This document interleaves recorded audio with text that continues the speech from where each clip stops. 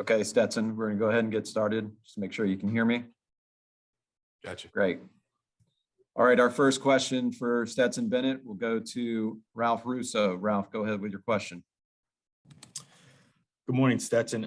First of all, I want to thank you for being pretty patient and answering a lot of questions about your journey here on this last couple of weeks in the playoff, because I have another one for you. And that is when you come back to Georgia from junior college, do you have any stories that maybe you share with your teammates about, hey, this is what it's like in junior college and this is why you should appreciate being at Georgia? I know you had a great experience there, and Jones, you play some really great players. But what's your sort of like go-to junior, here's what it's like to be in junior college story? No, not really. Sorry, this earpiece is just driving me crazy right now. Anyways, no, not like a be thankful for, where you are type thing, but just, just telling about it, people who ask.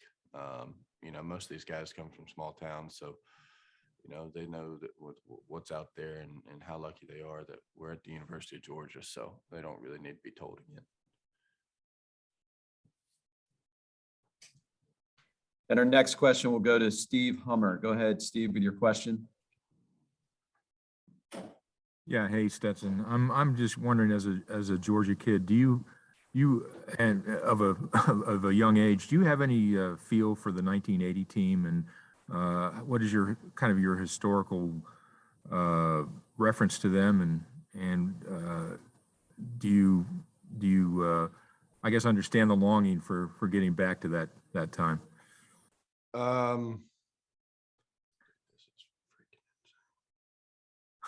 Sorry about the earpiece. Sorry. I'm sorry about you having such trouble there. Yeah, dude, this sucks.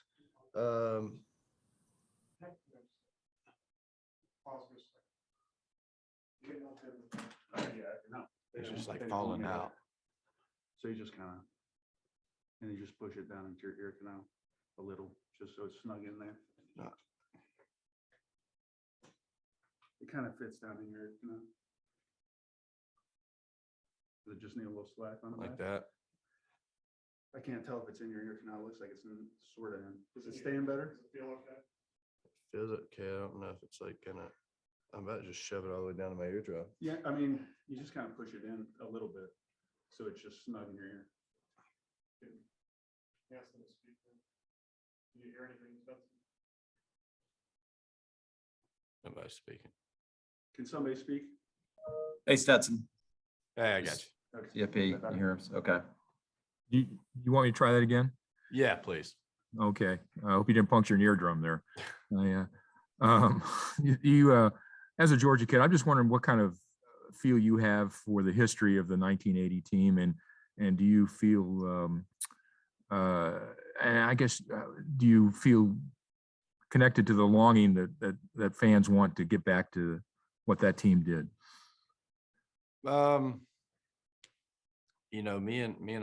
Me and a player who graduated a few years ago kind of were talking about this the other day. I know Lindsey Scott, he's from Wayne County. He's that's down there where I'm from. Obviously, I know Herschel.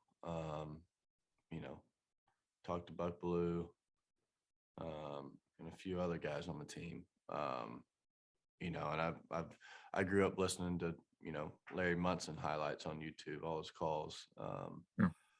But there's a point in time when you become a player that you can't really be a fan anymore. And I don't really know when that switch was, and I don't really know why. But you kind of flip a switch because you go through the day to day, and all these guys can't really be fans of them. You can't really be fan. I don't really know how to explain it. But yeah, I guess I do know, the magnitude for everybody else out there, because I was a fan at one point. So, I know it's a pretty big deal. Thanks. And our next question will go to Allison Mastrangelo. Allison, go ahead with your question. Hey Stetson, when talking with some of your former coaches in high school and even JUCO, they all talk about the inner belief and confidence that you've always had, especially getting back to being a quarterback for the Bulldogs. So I just want to know, where does that inner confidence come from? Is it from your family? Is it from a mentor? Is it from someone that you watch in the NFL? Just where does that come from throughout your career at a young age? I don't know. I'd say it's probably a bevy of things. There's not one specific thing I can point to. I know it's not like I'm not as confident in everything I do as I am in football. So I'd say it comes from work. It's not a ignorant confidence. Like, I believe I can do anything, but I believe I can play football really well. And that's from the work that I've spent over these past however many years I've been playing football. And then my parents have always supported me, and I've always had really good players around me, which is everything on the football field. And our next question will go to Bill Bender. Go ahead, Bill, with your question. Hey Stetson, good morning.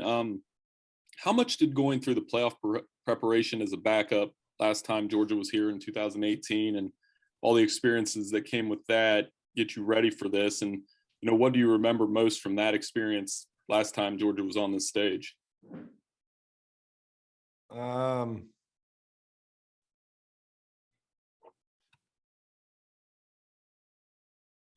I mean, I don't know if backup's the right word. I was a scout team quarterback.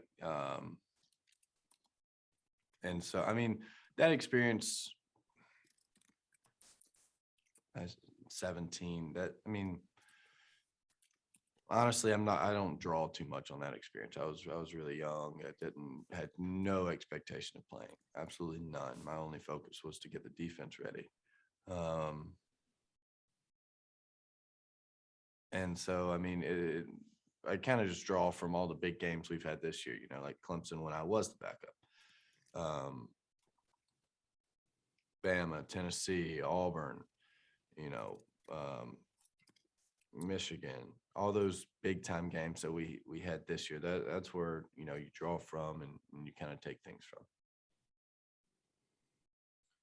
And our next question is from Andrea Adelson. Go ahead, Andrea. Hey Stetson, thanks for doing this. As a follow-up to that, I'm just wondering what sticks with you the most about how that game played out for you guys, and how you feel now that you have the chance to lead this team to a long-awaited championship. I assume you're talking about the first Bama game this year? Yes. No, I'm talking about the 2017 season, the national championship game, just from 2018. Okay. Okay. And Yeah, like just the feeling that stayed with you, from being on the sideline, watching how that game played out for you, and now how you feel being the guy who has a chance to get a championship for Georgia. Oh, okay. I got you. Sorry. Yeah. Obviously it's a little different because I wasn't playing and didn't really have a chance to play. I guess then I was more of a fan. But it hurt. You still put the time in, just like all our scout team guys, they want to win just as badly as we do. They've all, worked out every single day we have, spent the long hours that we have, and they deserve to win just as much as we do.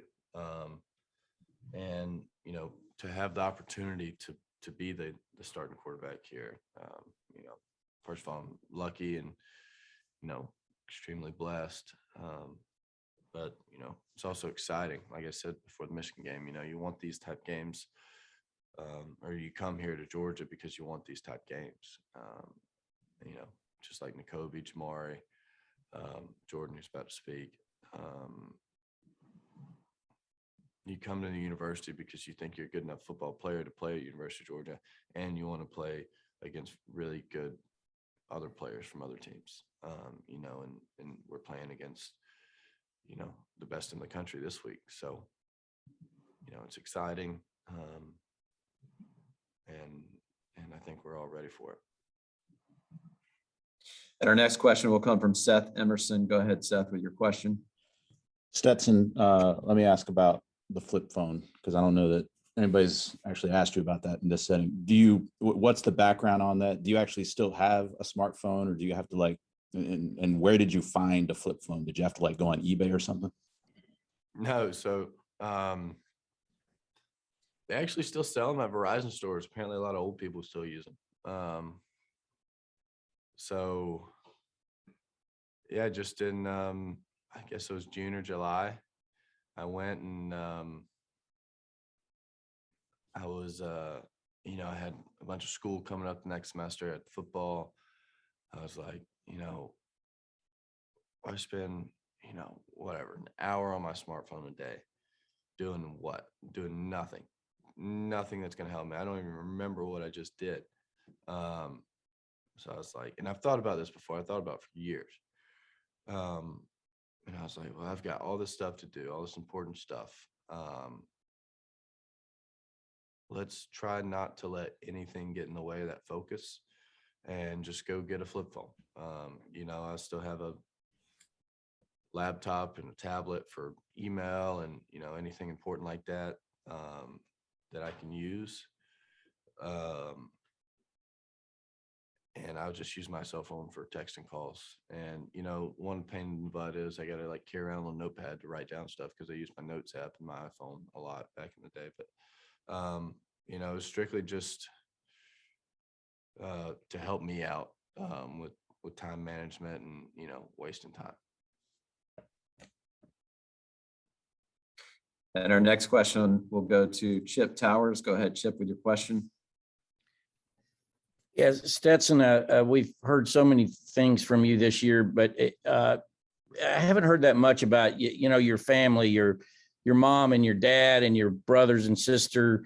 How big of a part? I guess y'all like to use the term why. How big of a part is your family, part of your why, and just your upbringing enabled you to get to where you are at the pinnacle of college football this week? Yeah, you know, I owe everything to them, you know, for first of all, for, you know, raising me in a good Christian house, teaching me right from wrong, which helped me through, you know, the past, you know, whenever not leaving and all that stuff, all that hoopla. But I mean, they supported me from the walk-on process, saying, go, you know, we'll help you out. And they're here now. They're supporting me now. You know, my little brothers and my little sister, they're always there for me. You know, and they've got a hectic life. I'm not the only athlete in the family. So, good Lord, my mom and my dad, I mean, there's no telling how many miles they've traveled all over the country for softball, football, basketball, baseball, soccer. And they never complain about it, all while they're running, you know, businesses. So, you know, it's impressive. And it inspires me, and I don't want to sound cliche and cheesy, but it does inspires me to, you know, if they can do all that and, you know, be successful, then, you know, what's a little bit of football? So. Okay, we have time for about 2 more questions. Our next question will go to Dan Matthews. Go ahead, Dan, with your question. Two-parter for you, Stetson. One, will there come a time where you do allow yourself back to the smartphone world? And the second part is talking about the frustration last week where you don't pay attention to what's being said. Is part of that frustration just kind of almost wanting to say, like, what do you want from me? I want to play quarterback. They're giving me the opportunity to play quarterback.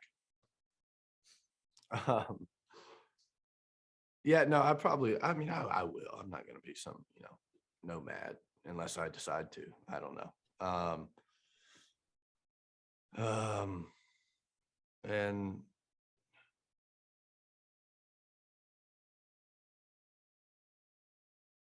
Yeah. I don't know. There's a lot of things that go unsaid from that frustration. You know, not really allowed to say it, but, but that's what it's the nature of the beast. You're the hero or the zero. And, I'm glad it was me instead of anybody else because I can handle it. Because I can just shut it off and just tell people, go blah, blah. But, you just keep your head down and keep working. You trust your teammates to make plays and you just go play football. Same game you've been playing since you're, in Little League. So just because more people are talking about it doesn't mean the rules have changed. So just go play. And our last question will come from Benjamin Portnoy. Benjamin, go ahead with your question.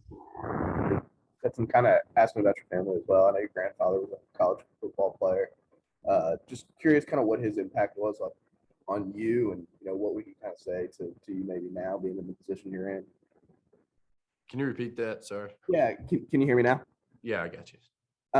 Sticking on your family, I know your grandfather was a college football player. I know he passed a few years ago, but just what was kind of his impact on you? And what do you think he might say to you now, kind of being in the position that you're in as well? Growing up, you always looked up to your granddad and, or at least I know I did. And both of them, my mom's dad, my dad's dad, but, my dad's dad, yeah, I mean, he played football at Stetson University. They quit the program. He hitchhiked to South Carolina, was ACC's leading rusher. I mean, like I said, like people make it such a hoopla about my journey. I didn't freaking hitchhike anywhere. That's just what you do if you want to play football. And it's as simple as that. Maybe people aren't willing to do it anymore. But it never seemed like a big deal to me. And I guess that comes from seeing his example. And yeah, you always want to make him proud. And the text that give me the most after, a good game or whatever, saying Papa would be proud of you. And, you always want to, make your family proud and leave the family name in a better spot after you've had it. And I know that's just football. I know there's a lot more to life than that, but, while I'm here, I'm going to try to do the best I can for it. Okay, Stetson.